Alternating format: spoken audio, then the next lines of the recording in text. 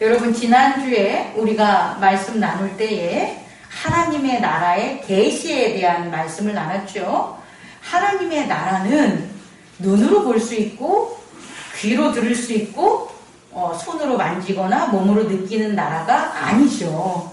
그런데 하나님의 나라는 분명 우리 가운데 있어요. 그러면 하나님의 나라는 어떻게 존재하냐 봤더니 비밀스럽게 감추어졌다는 거예요. 그 비밀스럽게 감추어진 그곳이 어떻게 되냐? 눈으로 보는 것에 의해서, 듣는 것에 의해서, 만지는 것에 의해서 뭐 하는 거예요? 보이지 않는 것이 드러나고, 들리지 않는 것이 들리게 되고, 만질 수 없는 것을 체험하고 만지게 되는 그런 일이 일어나는데, 그 하나님의 나라를 계시되었다라고 우리는 나눴습니다.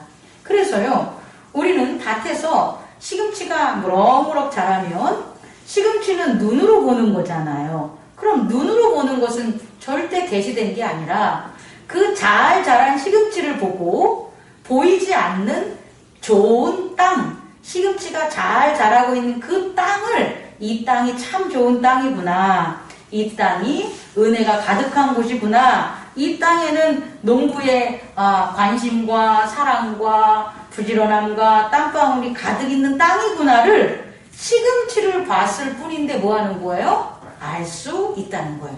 그래서 그것을, 그 계시를 본 자들은, 계시를 깨달은 자들은 예전에는 그냥 시금치만 보겠죠. 눈에 보이는 시금치만 보고, 눈에 보이는 열매만 보고, 눈에 보이는 날아가는 새만 보이겠죠. 그런데 그게 아니라 숨겨져 있는 하나님 나라의 계시를 깨달은 자는 이제는 시금치를 보기보다는 그 밭을 사랑하겠죠. 그 밭이 밭에 좋은 밭임을 갖다 깨닫고 그 밭을 사려고도 하고 그 밭이 귀하다는 것을 알게 되겠죠.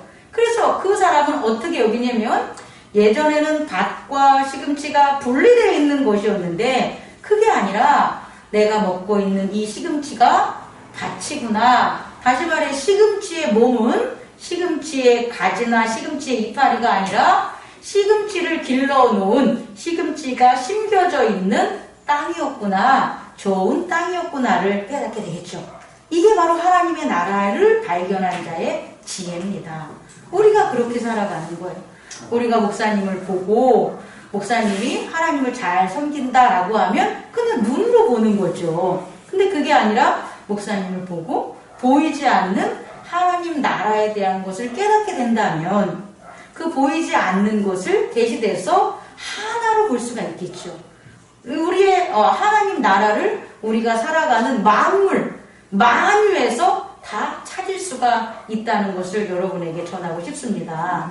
이러한 하나님의 나라의 계시는 반드시 그 목적이 있어야 되는데 그 목적이 동일했었을 때에 계시가 이루어지지 목적의 차이가 있으면 아무리 하나님이 우리에게 뭔가를 보여준다고 해도 볼 수 없을 뿐더러 또 하나는 우리가 또 보려고 하는 목적이 없으면 우리가 아무리 하나님의 나라를 찾으려고 해도 찾지 못하는 것을 깨닫기 바랍니다. 그럼 이 목적은 어떻게 드러나냐면 우리에게 어떻게 주어지게 되냐면 두 가지 요소가 있는데 하나는 뭐였어요?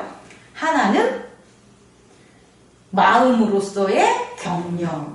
겉으로 보여지는 캐릭터라든지 외모라든지 그 사람의 어떤 행동이라든지 그런 조건적인 반사에 의해서 그것에 의해서 그 사람을 격려하는 것이 아니라 보이지 않는 하나님의 나라 언약이 계시됐기 때문에 그 언약으로 그 사람을 뭐 하는 거예요? 격려하는 거죠.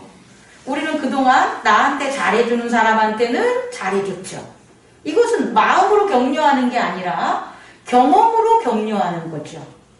이해할 수 있으시겠죠? 그런데 우리가 그 사람과 언약이 있으면 마치 부모가 자녀를 낳고 그 자녀가 하나님이 내게 주신 선물이고 이 자녀는 나야 라는 언약을 가지면 그 자녀가 내게 말도 안 듣고 겉으로 보일 때는 뭐 속도 썩이고 막 그래 보여도 그 아이한테 무척 사랑하고 헌신하고 잘하겠죠. 그것은 마음으로 뭐 하는 거예요? 격려하는 거겠죠. 다시 말해 하나님의 계시를 우리가 찾을 수 있으려면 하나님과 우리의 목적이 같아야 되는데 그 목적은 내가 이런 목적을 가질 거야 라고 해서 갖게 되는 게 아니라 마음으로 격려하는 언약을 갖게 됐을 때 우리는 그와 같은 계시 목적을 가질 수 있다는 거예요. 저는 여러분에게 축원합니다. 여러분 그리스도의 언약이 여러분에게 있습니다. 그 언약으로 보는 것이 마음으로 격려하는 것, 마음으로 보는 것입니다. 두 번째는 그 목적은 어떻게 생기냐 봤더니 사랑으로 결합되는 거라 그랬어요. 사랑으로 결합. 이 세상에 존재하는 유일한 거고 하나님 나라에서도 존재하는 유일한 그 사랑이라는 이건 우리가 단어로 표현해서 사랑이지만 그 사랑이 담고 있는 운동력, 사랑이 담고 있는 능력은 뭐냐면 분리를 갖다가 없앨 수 있는 거예요. 그러니까 사랑이 여러분 사랑이 뭐야? 사랑을 정의 내리는 건 쉽잖아요. 하지만 사랑이 어떤 컨텐츠고 어떤 걸 담고 있고 어떤 뜻이 있어라는 건 참 어렵잖아요. 근데 확실한 것 하나는 뭐냐면 사랑만이 분리된 것을 결합시킬 수 있어요. 그러니까 이건 뭐냐면 사랑만이 내 것이 내 안의 것을 떠나서 상대방에게 갈 수 있어요. 그리고 상대방 또한 사랑만이 상대방의 것이 내게 들어올 때 내가 어떻게 하는 거예요? 문을 열어줄 수 있는 거예요. 우리의 인식을 열어줄 수 있는 거예요. 사랑이 아닌 것을 받아들이지 않아요, 여러분. 사랑이 아닌 것은 누구나 다 스탑시키고 그것을 감찰하고 그것을 갖다 이렇게 조사하고 그것을 갖다가 우리는 살피는 그렇게 되지 사랑 아닌 것들을 받아들이진 않아요. 그러니까 사랑이 우리에게 있다라는 것은 결국 우리가 뭐 한다는 거예요? 결합돼 있다는 거예요. 결합돼 있기 때문에 삶의 지혜가 나타날 수 있는 거예요. 예수님께서 우리에게 가르쳐준 계명은 두 가지죠. 물론 두 가지도 딱 두 가지는 아닙니다. 그분이 이 두 가지에 구약의 모든 계명이 다 녹아 들어갈 수 있기 때문에 이 두 가지를 가르쳐준 거지 다른 것도 다 지키지 말고 이 두 가지만 하라는 게 아니에요. 이 두 가지는 구약의 모든 율법들, 언약들을 이렇게 함축한 거다. 그래서 첫 번째가 뭐냐면 하나님 사랑인 거예요. 다시 말해 하나님을 사랑해야지만 하나님의 것을 알 수가 있는 거예요. 그리고 하나님과 결합이 돼 있는 거예요. 근데 하나님을 사랑하지 않으면서 하나님을 안다 하는 것은 다 거짓말이 되겠죠.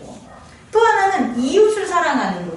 여기서 이웃은 교회 공동체의 목사님과 성도도 되지만 부부, 남편과 아내도 되고 부모와 자녀도 되고 선생님과 제자도 될 수 있는 거예요. 다시 말해 이런 분리된 관계에 있어서 우리는 뭐 하라는 겁니까? 사랑하라는 거예요. 사랑하라는 것은 뭐냐면 내 안에 있는 것들을 뭐하라? 상대방에게 주라는 거예요. 그럼 여러분 그 사랑이라는 건 뭘 주냐 봤더니 뭘 주는 것 같아요? 의지를 주는 거예요, 여러분. 그러니까 내가 상대방을 사랑해 라고 하면 그 사람에게 내가 사랑을 주는데 그 사랑의 특성은, 사랑의 효능은 나를 떠나서 상대방에게 갈 수 있는 거잖아요. 근데 가서 그 사람에게 전달된 게 뭐냐고요. 그게 뭐냐 봤더니 의지라는 거예요. 그러니까 사랑을 받았어. 내가 하나님을 사랑해 라고 하면 하나님의 의지를 나는 받을 수 있는 거고 또 하나는 하나님이 우리를 사랑하셔 라고 하면 하나님은 우리의 의지를 뭐 하는 거예요? 받아주신다는 거예요. 우리의 의지를. 예를 들어서 예수님이 하나님을 사랑하셨어 라고 하면 예수님이 하나님의 뭐를? 의지를 받은 거예요, 여러분. 하나님의 뜻을 받아서 그 안에 뭐가 가득한 거예요, 예수님 안에? 하나님의 의지가 있는 거죠. 하나님이 예수님을 사랑하셨어 라고 그러면 하나님이 누구의 의지를 받은 거예요? 예수님의 의지를 받으신 거예요. 그래서 죄인들을 죄사하여 주셨다는 거예요, 여러분. 여러분 이해할 수 있겠습니까? 다시 말해 사랑이라는 것만이 결국 뭐 하는 거냐면 하나로 결합할 수 있다. 그럼 그 결합됐을 때는 뭐가 공유되냐? 뭐가 하나가 되냐? 육체가 둘이 있는데 참 쌍둥이처럼 하나가 되는 게 아니라 뭐가 하나가 되냐면 의지가 하나가 되는 거라는 것을 여러분이 깨닫기 바랍니다. 그래서요, 사랑을 하면 우리 안에 사랑하는 자에 뭐가 담겨져 있다? 의지가 담겨져 있습니다. 그럼 이 의지가 오늘 골로새서 3장에서 말씀드릴 때 이 의지가 이제 뭐 하는 거예요? 활동하고 워크. 의지가 생각하게 하고 의지가 경험하게 하는 거예요. 의지가 없으면 생각하고 경험하는 것에 제한점이 생기는 거예요. 의지가 약한 사람들의 가장 큰 특징은 가만히 있기를 원하고 어떤 일이 벌어졌을 때 수동적이고 어떤 것을 하는데 아주 귀찮아하고 아주 이런 모습들을 보일 수가 있어요. 그건 뭐냐면 그런 역할을 하는 게 뭐가 되냐면 생각하고 운동하고 행동하고 행위를 낳고 뭔가를 자꾸 이끌어가는 게 의지인데 그 의지를 빼앗겨버린 거예요. 사랑을 받으면 의지가 계속해서 자라야 되는데 사랑을 받지 못하고 내 사랑은 저 사람에게 의지를 줬는데 그 사람의 의지가 리젝트되고 거절되고 상처 있고 트라우마가 생기고 이런 모든 과정에 뭐가 사라지게 되는 거예요? 의지가 사라지게 되는 거예요. 그래서 극단적으로 어떤 의지까지 사라지냐? 삶에 대한 의지까지 벌어져서 뭐 하는 거예요? 자살하는 거예요, 여러분. 자살하는 이유는 자살하는 의지가 있어서 하는 게 아니라 자기의 모든 의지를 빼앗겨버린 거예요. 그래서 나는 더 이상 아무것도 할 수 없을 때 내리는 게 생애 포기인 자살이라는 걸 여러분들이 깨닫기 바랍니다. 자, 오늘 여러분에게 첫 번째로 드릴 말씀은 뭐냐면 이와 같은 의지가 하나님 나라를 계속해서 뭐한다? 작용하게 만든다. 다시 말해 생산작용을 만드는 거예요. 다시 말해 하나님의 나라가 움직이고 확장되고 살아있고 하는 그런 어떤 워크, 일들이 벌어지게 된다는 거예요. 그게 뭐냐? 계시가 깨달은 사람들에게 열려지는 거라는 거죠. 그럼 이런 하나님의 나라는 두 가지 측면에서 우리 안에 일어난다는 거예요. 다시 말해 하나님 나라의 계시를 깨달은 자는 두 가지 측면에서 하나님 나라가 역사하는 것을 깨달을 수가 있다는 거예요. 첫 번째는 뭐냐면 씨뿌림이에요. 뭐라고요? 씨뿌림. 첫 번째 작용은 뭐냐면 이제 하나님과 우리가 분리되어 있는 게 아니라 뭐 하는 거예요? 결합되어 있잖아요. 사랑으로 결합되어 있기 때문에 어떤 일들이 벌어지냐면 어떠한 작용이 벌어지는데 그 작용에 예전까지는 하나님이 무슨 일을 하는지 우리와 상관이 없었다고요. 알지도 못했고. 그런데 계시를 깨달은 자들에게 있어서는 사랑으로 결합이 돼 있으니 어떤 일들이 벌어지냐면 우리가 하나님이 하시는 일들을 갖다가 알 수도 있고 또 하나는 그 하나님이 하시는 일들에 참여할 수도 있다라는 거예요. 그게 씨뿌림이에요. 또 하나는 뭐냐면 추수함이에요. 추수한다는 건 뭐냐면 그런 하나님의 나라에서 참여한 자가 내가 하나님의 나라가 계시되지 않았을 때는 절대 하나님의 나라에 어떠한 일도 못했겠죠. 그런데 하나님의 나라가 계시되니 하나님의 나라에 참여할 수 있는 일꾼으로서의 일을 할 수 있게 된다는 거예요. 그래서 일꾼으로서 일을 하게 되니 그 사람에게 일어나는 작용이 뭐냐 봤더니 추수라는 거예요, 여러분. 하나님의 나라가 계시되지 않는 것, 다시 말해서 마음으로 격려하는 작용이나 사랑으로 결합돼 있지 않으면 이 두 가지가 안 일어난다고요. 어디에서? 가정에서나 목사님에게서나 교회에서나 어디에서도 이 두 가지 씨뿌림의 작용과 추수의 작용이 일어나지 않아요. 그런데 서로에게 사랑으로 의지를 공유하게 되고 의지를 본받게 되면 내가 의식을 하던 의식을 하지 않던 어떤 일들을 한다는 거예요? 씨뿌림과 추수함이라는 하나님의 나라의 작용에 우리가 참여함을 깨닫는 저와 여러분 되기를 원합니다. 두 번째로요.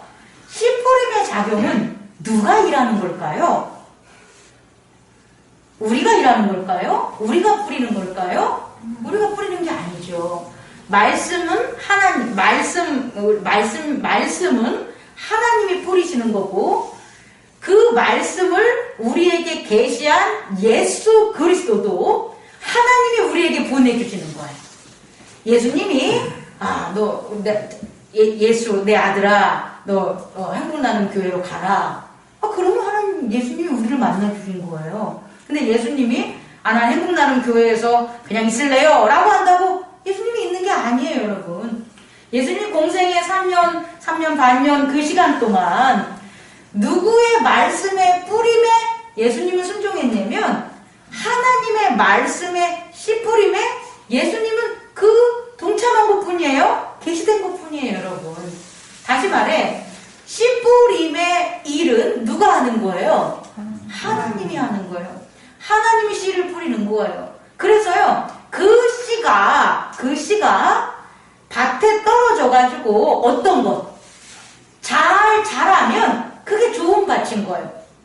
다시 말해, 하나님이 씨를 뿌리는 이유는 뭐냐면, 우리가 생각할 때 하나님이 씨를 뿌려서 뭐 하는 걸로 알고 있어요?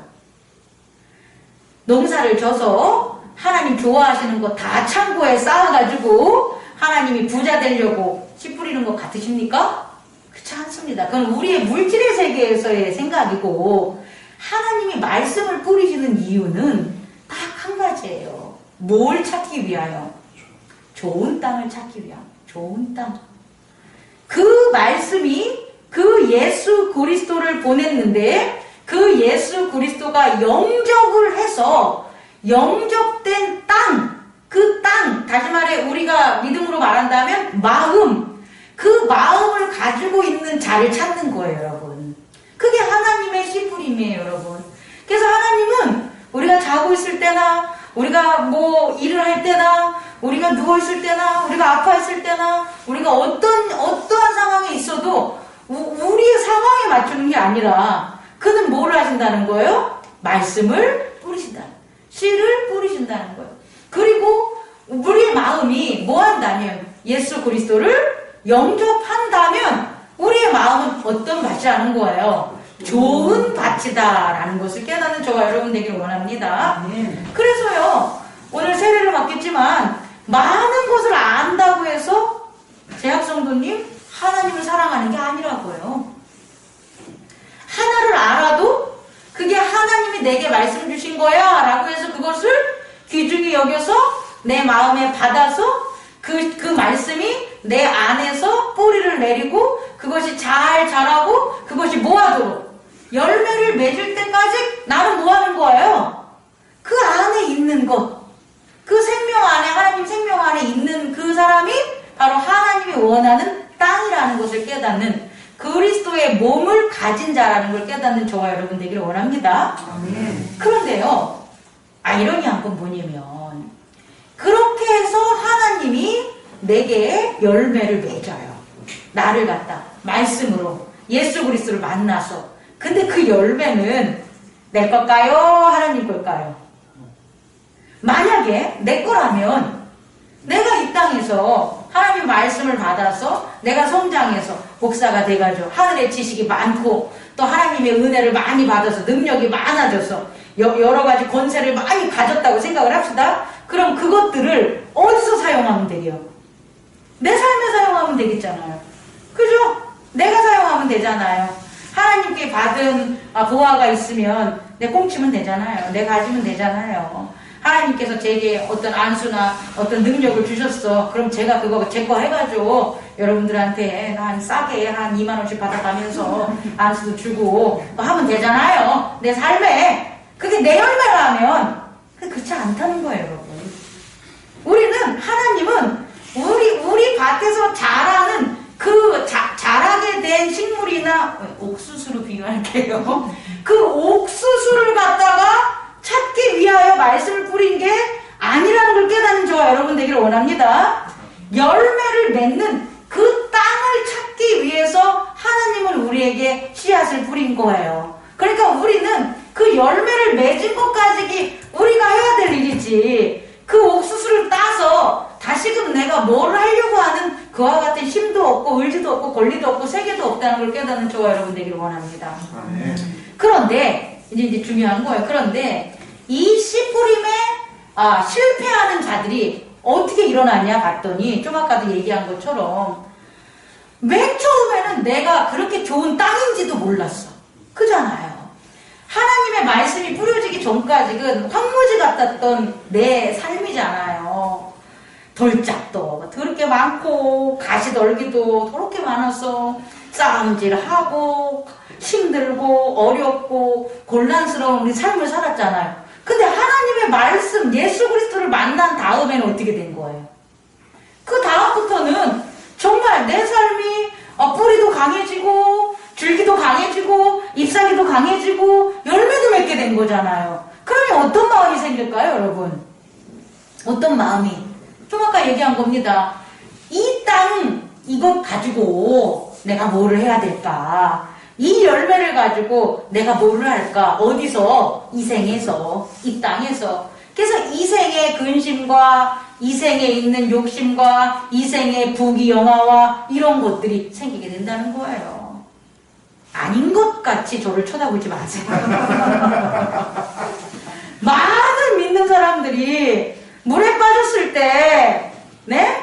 구해냈잖아요. 예수님의 구원을 받아서. 정말 우리들의 지나온 시간들 삶에 있어서 역경과 어려움 속에서 진짜 곤란 속에서 있을 때 예수를 만나가지고 했는데, 그래서 나도 모르게 말씀을 계속 듣고 예배를 드리고 공동체에서 생활하다 보니 정말 기쁨과 평안과 안식과 아름다운 삶들이 펼쳐져 있는데, 뭐 하고 있냐? 이제 이걸 갖다 어떻게 활용을 할까? 이걸 어떻게 유지를 할까? 이걸 어떻게 사업에 확장할까? 이걸 어떻게 교회를 갖다 증축시킬까? 어떻게 하면 사람들을 많이 세울까? 이런 생각들 하고 있지 않겠습니까? 이것들 때문에 씨 뿌린 그 땅이 다시금 망가지고 오염됨을 깨닫는 저와 여러분 되기를 원합니다. 여러분, 그 땅의 열매는 그 땅에 떨어지면 안 됩니다, 여러분. 하나님의 것으로, 하나님의 말씀으로 우리 안에 세워져서 우리가 열매를 맺었어요. 그럼 그 열매는 이 땅의 열매겠습니까? 하나님 나라의 열매겠습니까?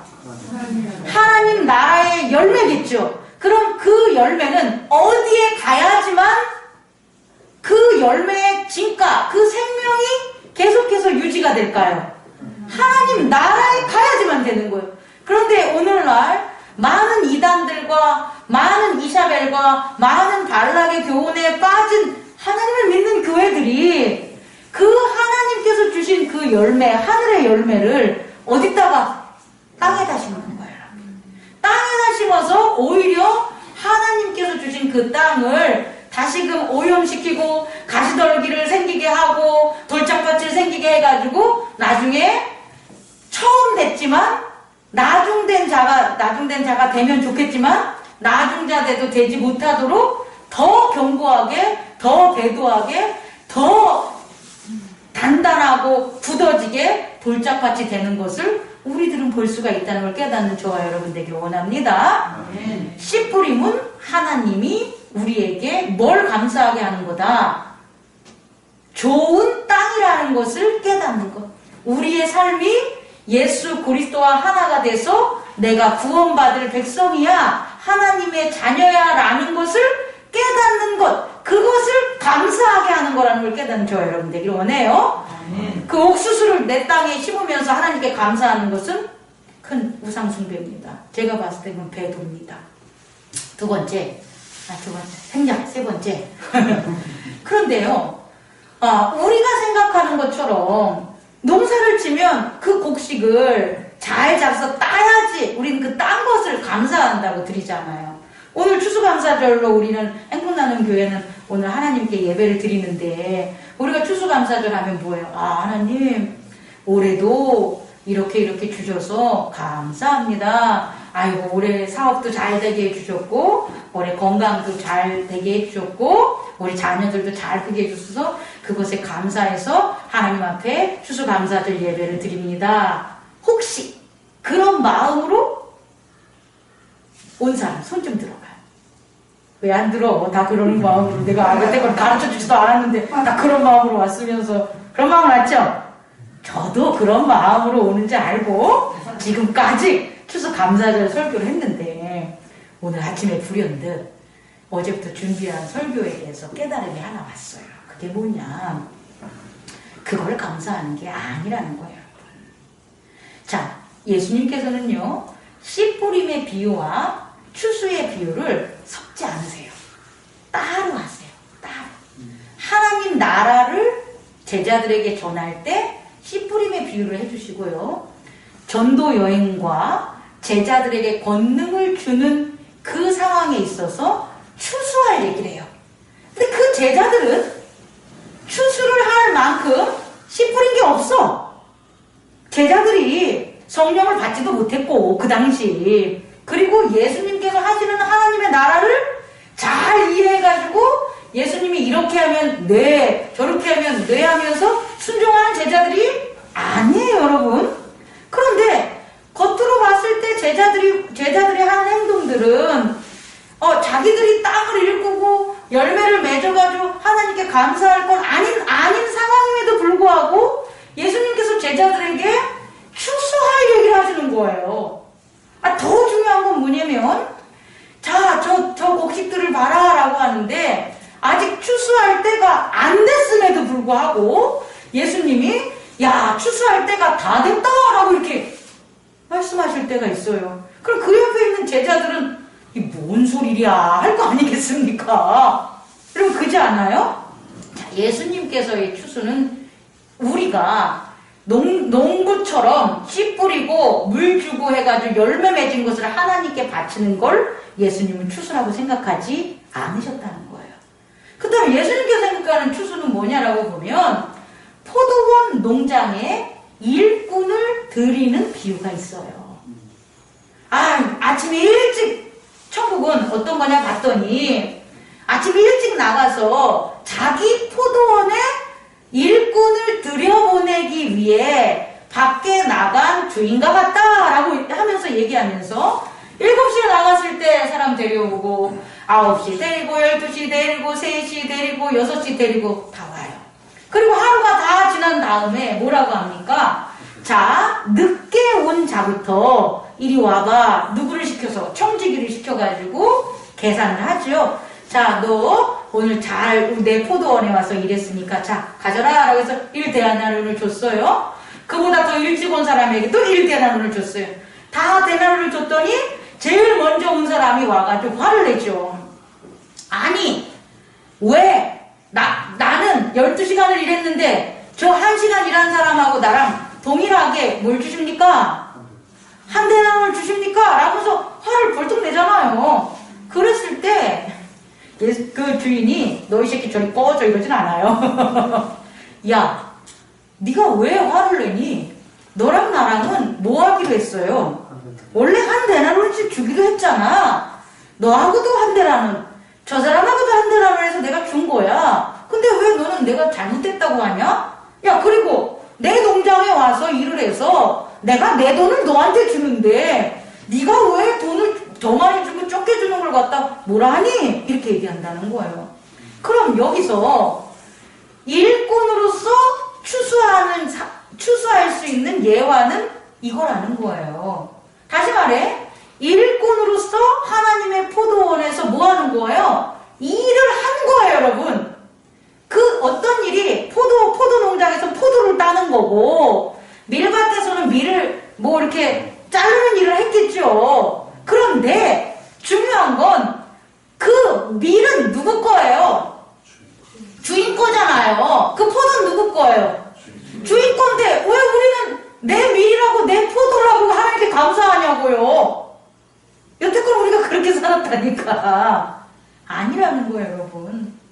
우리가 감사해야 될 건 뭐냐면 우리가 진짜 일도 못하고 이 세상에서 정말 우리를 잘 알아주지도 못하고 우리의 능력을 펼쳐보지도 못하고 공부하고 우리를 알아주는 그런 것도 없었는데 아니 주인이 직접 우리를 찾으셔가지고 우리를 불러서 친히 당신의 농장에서 일하게 만들어줘가지고 우리에게 뭘 준다는 거예요? 데나리온을 준다라는 거예요, 여러분. 이걸 감사하는 거라고요. 추수감사절에 하나님께 드리는 감사는 추수한 곡식을 하나님께 드리는 게 감사가 아니에요. 그건 하나님 거니까 당연히 하나님이 가져야죠. 그게 아니라 그 추수할 때에 뭐 한 거예요? 일한 거예요, 여러분.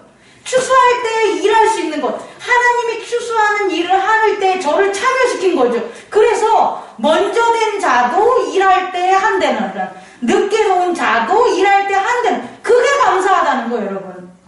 여러분, 오늘 우리는 그걸 감사해야 된다는 거죠. 그런데 우리는 그거에 대해서 잘못 생각한 거죠. 어떻게? 왜 추수를 못했냐, 그동안. 이제 이게 들어가겠죠. 왜 씨를 잘 뿌려서 우리가 열매까지 맺었는데 다시금 땅이 아주 돌짝밭이 되고 가시떨기밭이 됐냐. 이거는 그것을 갖다 유용하려고 썼던 거라면, 추수하는 것에 참여시키고 추수하는 것에 일꾼으로 썼는데 왜 감사하지 못하냐 봤더니 뭡니까? 내가 받은 1데나리온을 감사하지 못한 거예요, 여러분. 이 비유는 달란트 비유까지 이어지는 거예요. 그렇게 해서 달란트를 받은 거예요, 여러분. 어떤 이는 열흘 동안 해서 10달란트 받은 거고, 갑자기 데나리온에서 달란트로 넘어가니까 헷갈리면 그냥 퉁칩시다. 어떤 이는 3일 일해가지고 3달란트 받은 거예요. 중요한 건 일을 한 거예요. 누구의 농장에서, 주인의 그래서 받은 그게 감사해서 내 능력이 된 거예요. 그 달란트가. 그래서 그걸 감사한 마음으로 주인이 나중에 그 농장을 맡겼을 때 주인의 일을 한 사람은 큰 이보다 작은 것을 맡겼으니 네가 작은 것에 최선을 다했으니 더 큰 것을 내가 맡기리라 하게 되는 거고, 그렇지 않고 좀 아까 비유처럼 추수는 같이 했는데 뭐 한 거예요? 내가 받은 것이 작다고 하거나 저 사람이 받은 것에 비교하거나 하면서 투덜대고 다시는 뭐 안 한 거예요. 주인의 일에 참여하지 않은 거예요. 그게 추수에 감사하지 못한 거라고요. 그럼 우리는 오늘 우리에게 주신 하나님의 말씀은 뭐냐면, 추수감사절에 우리가 뭐 해야 되는 거예요? 우리의 일이 아니라 우리 밭에 우리의 삶에 열린 자녀, 기업, 의식주 이런 것에 있어서의 열매를 하나님께 드리려고 하지 말고, 그건 하나님 거라니까요. 무엇을 해야 되냐면, 우리가 1년 동안 하나님의 일에 참여한 거, 다른 곳에서 일한 게 아니라, 다른 길거리에서 일한 게 아니라 하나님의 농장에서 일했을 때 정말 열심히 순종하고 기쁘게 일했더니 그 달란트가 뭐 한 거예요? 준 거예요. 저한테도 요새 이 교회를 통해서 1달란트를 주고, 우리 제일 늦게 오신 재학 성도님과 미연 성도님에게도 1달란트 준 거예요. 안 보이지만 안 보이지만 그 추수에 우리가 함께 참여한 거예요. 예배하고 하나님 나라에. 그럼 그것을 뭐 하자? 감사하자. 그 감사히 받는. 그리고 또 뭐 해야 되는 거예요? 내년에도 또 써주십시오. 내년에도 내가 여기를 다시 오나 봐라. 쟤랑 나랑 똑같게 여겼어. 이래가면서 하면 안 되고, 다음에 또 일할 때도 또 가야지 하는 그와 같은 감사가 오늘 저와 여러분들에게 있기를 원합니다. 아멘. 그랬을 때 항상 범사에 감사하는 감사의 열매가 생길 수 있는 거예요. 감사는 씨를 뿌릴 때도 있고 거둘 때도 있는 거지만, 추수할 때의 감사는 특별한 의미가 있다. 그것은 내가 하나님의 일을 동참함으로 거기서 받은 삭이 내 능력이기 때문에 그건 내 거예요.